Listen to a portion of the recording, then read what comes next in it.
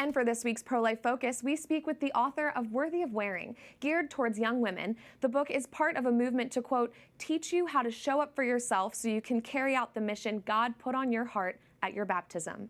In the book, author Nicole Caruso combines the idea of honing in on your personal style with St. Pope John Paul II's idea of the feminine genius. In doing so, she emphasizes that our clothing should always reflect our unique and inherent dignity as women, that the clothes we wear can help tell our story, hold important memories, and can equip us to be the best versions of ourselves. The book was published by the Sophia Institute Press in 2021. And joining us now is Nicole Caruso, professional makeup artist, beauty consultant, and author of Worthy of Wearing. Nicole, thanks for joining us. Could you tell us about your career before Worthy of Wearing, just to get started? Of course. Thanks for having me. So I started working as a makeup artist when I was 19 and just fell in love with helping women find little things that could make them feel confident. And then from there, traveled around a lot because my husband is in the military, but finally landed back where I was born, which was New York City.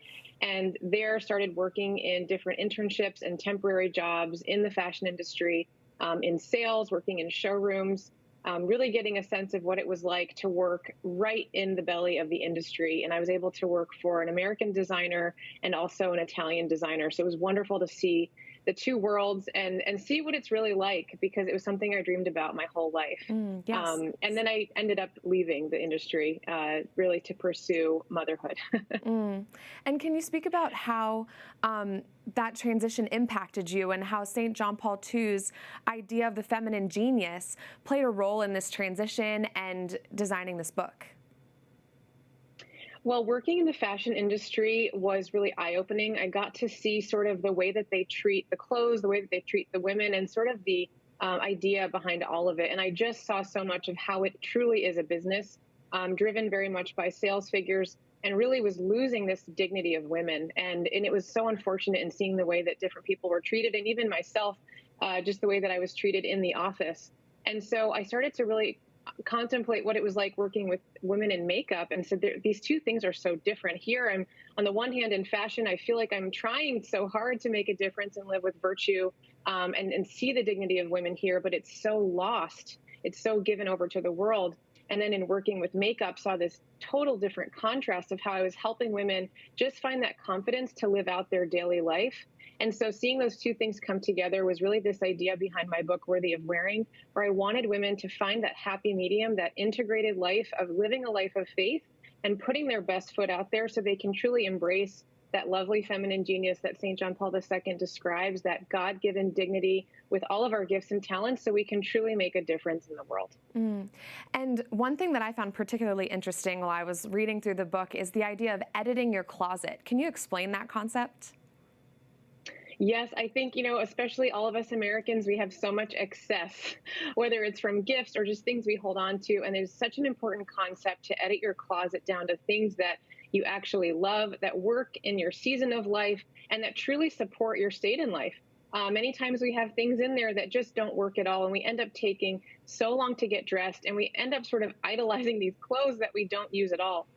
So the concept of editing your closet is something I came up with to help women just have that simplicity, return to that simplicity, get up, get dressed, put on something that you feel great in, and then go about your day with much more confidence and truly having that inner peace. And Nicole, you and I both know we're all human, which means we can have a tendency to be inwardly focused and sometimes even vain. Can you speak to how we can successfully walk the line between mastering our personal style and becoming too focused on our outward appearance to the point that it becomes an unhealthy vanity?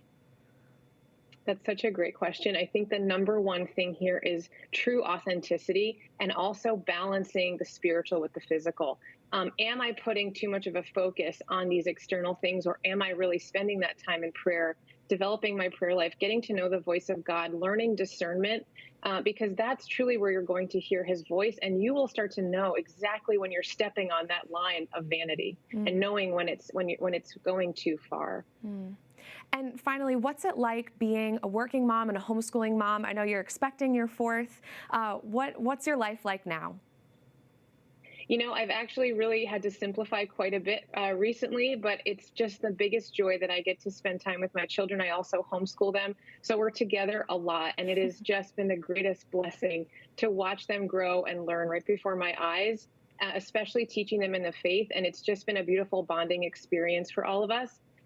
But of course, the flexibility in homeschooling is that I can work from home and still work with women as a beauty consultant. So it's just so rewarding to get to use those gifts and talents I have both with my children and with other women.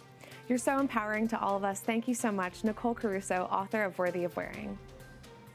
Thank you for having me.